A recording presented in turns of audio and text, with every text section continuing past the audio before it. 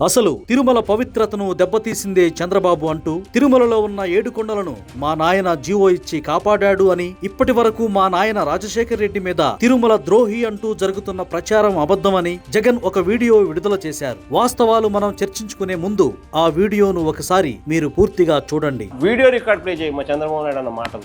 746 జీవోలు 2 వచ్చాయి. నేను ఉన్నప్పుడు ఎప్పుడు కూడా 746 కానీ 47 జీవోలు అవసరం రాలేదు. ఈ ప్రభుత్వం వచ్చిన తర్వాత ఈ 2 జీవోలు కూడా వచ్చాయి. తెలుగుదేశం పార్టీ దీనికి వ్యతిరేకంగా ఉంటాం. రేపు అధికారంకి వస్తానే ఈ 2 జీవోలు కూడా తీసేస్తామని చెప్పి కూడా నేను మీ అందరికీ హామీ ఇస్తున్నాను.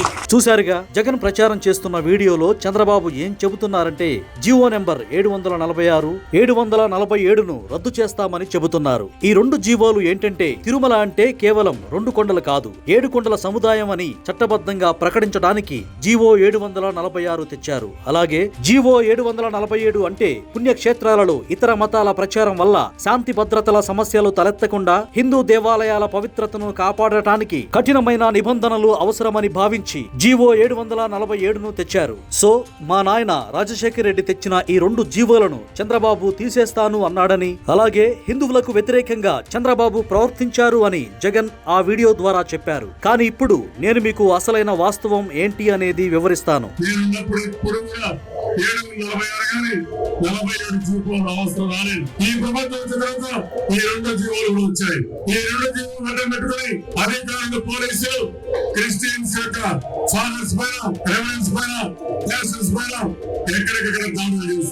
ఇక్కడ మీకు తెలియాల్సిన ముఖ్యమైన విషయం ఏంటంటే రాజశేఖర్ రెడ్డి మొదట తిరుమలను 2 కొండలకే పరిమితం చేస్తూ జీవో నెంబర్ 338 తీసుకువచ్చారు. తరువాత దాని మీద హిందూ సంఘాల నుంచి, పీఠాధిపతుల నుంచి వ్యతిరేకత రావడంతో దానిని రద్దు చేస్తూ హిందువులను నమ్మించేందుకు, వారి ఆగ్రహం నుంచి తప్పించుకునేందుకు జీవో నెంబర్ 746 తీసుకువచ్చారు. అదేదో రాజశేఖర్ రెడ్డి స్వామివారికి 7 కొండలు ఇచ్చినట్టు ప్రచారం చేశారు. అందుకే చంద్రబాబు అసలు 7 కొండల వాడికి రాజశేఖర్ రెడ్డి భూమి ఇవ్వడమేంటి, అది స్వామివారిది అనే ఉద్దేశంతోనే దానిని రద్దు చేస్తా అన్నారు. ఇక మరో జీవో 747ను అడ్డు పెట్టుకుని అన్యమతస్థులు ప్రచారం చేయకూడదు అంటూ సంబంధం లేని కొన్ని ప్రాంతాల్లో కూడా క్రిస్టియన్ సోదరులపై దాడులు జరగడంతో దాడులను ఖండించారు. అంటే ఇక్కడ మీరు స్పష్టంగా అర్థం చేసుకోవాల్సింది ఏంటంటే లేని వివాదాన్ని రాజశేఖర్ రెడ్డి సృష్టించి మళ్లీ జీవోల రూపంలో తానే పరిష్కరించినట్లు నాటకం ఆడటాన్ని చంద్రబాబు తప్పుబట్టారు. అంతేకాని చంద్రబాబు ఇక్కడ 7 కొండల స్వామివారిని కాదని గాని లేదా కొండలను వేరే వారికి రాసిస్తాను అంటూ ఆయన ఎక్కడా మాట్లాడలేదు. కానీ